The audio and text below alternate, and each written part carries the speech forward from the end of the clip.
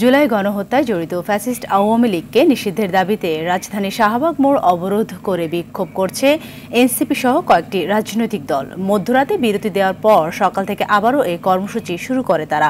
আওয়ামী লীগ নিষিদ্ধের দাবি এবং জুলাই গণহত্যার দায়ে দলটির বিচার দাবি করে বিভিন্ন স্লোগান দিচ্ছেন বিক্ষোভকারীরা। একই দাবিতে বিক্ষোভ চলছে দেশের বিভিন্ন অঞ্চলে।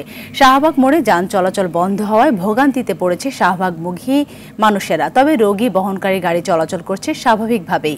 শুক্রবার যমুনার সামনে সমাবেশ থেকে আন্দোলনকারীরা প্রজ্ঞাপনের মাধ্যমে দলটি নিষিদ্ধ না হওয়া পর্যন্ত শাহবাগ ব্লকেট কর্মসূচি চালিয়ে যাওয়ার ঘোষণা দেন। এদিকে বিকেল ৩টায় শাহবাগে গণজামায়াতের ডাক দেওয়া হয়েছে।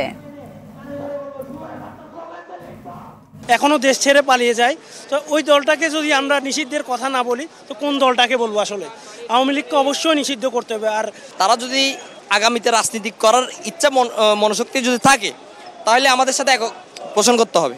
যতক্ষণ পর্যন্ত আওয়ামী লীগ নিষিদ্ধ দাবি ঘোষণা আসবে না ততক্ষণ আমরা মাঠ ছাড়বো না। দর্শক, এই মুহূর্তে শাহবাগ থেকে সরাসরি যোগ দিচ্ছেন সহকর্মী বিল্লাল হোসেন। বিল্লাল, শাহবাগ ব্লকেটের সর্বশেষ খবর আমাদের সামনে একটু তুলে ধরবেন।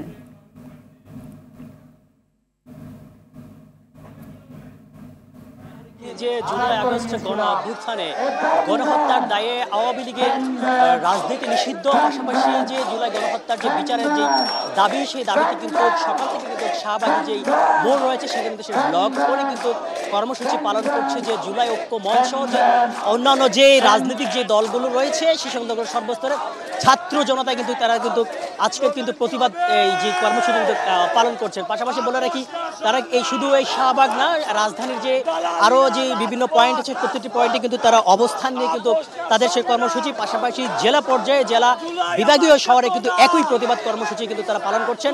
সেই কর্মসূচি কিন্তু তারা যেই বার্তাটি দিচ্ছেন যে যেভাবেই হোক গণহত্যার দায়ে আওয়ামী লীগের যে রাজনীতি, আওয়ামী লীগ সহ তার যে অঙ্গ যে সংগঠন রয়েছে সেই সংগঠনের রাজনীতি অধীনে যতক্ষণ পর্যন্ত সরকার প্রজ্ঞাপন করে নিষিদ্ধ না করে ততক্ষণ পর্যন্ত তাদের যে অবস্থান কর্মসূচি সেটি কিন্তু চালিয়ে যাওয়ার কিন্তু তারা ঘোষণা দিয়েছেন। আপনাদেরকে বলে রাখি যে সকাল থেকে কিন্তু এই যে শাহবাগে তারা অবস্থান করছেন, পাশাপাশি বিকাল ৩টায় একটি সমাবেশ এখানে রয়েছে। সেই সমাবেশে যে এই বলা যায় যে ছাত্র জনতা গণঅভ্যুত্থানের সামনের সারিতে যারা ছিলেন, হাসনাত আবদুল্লাহ, নাহিদ ইসলাম সহ অন্যান্য যেই এনসিপির যে সকল নেতারা রয়েছে, পাশাপাশি জুলাই ঐক্য মঞ্চ থেকে শুরু করে সবাই কিন্তু এখানে একটি সমাবেশ করেন। সমাবেশ থেকে তারা পরবর্তী কর্মসূচির কিন্তু ঘোষণা দেবেন। এখানে আন্দোলনকারী যারা আছে তারা যেটি বলছে যে দল গণহত্যা চালিয়েছে যে জুলাই সাধারণ মানুষের উপর, সেই দলের রাজনীতি করার কিন্তু কোনো প্রকার অধিকার এই দেশের মাটিতে নেই। পাশাপাশি শুধু এটি বলছেন যে তাদেরকে যারা নিরাপদে বিদেশ যাওয়ার সুযোগ করে দিচ্ছেন এবং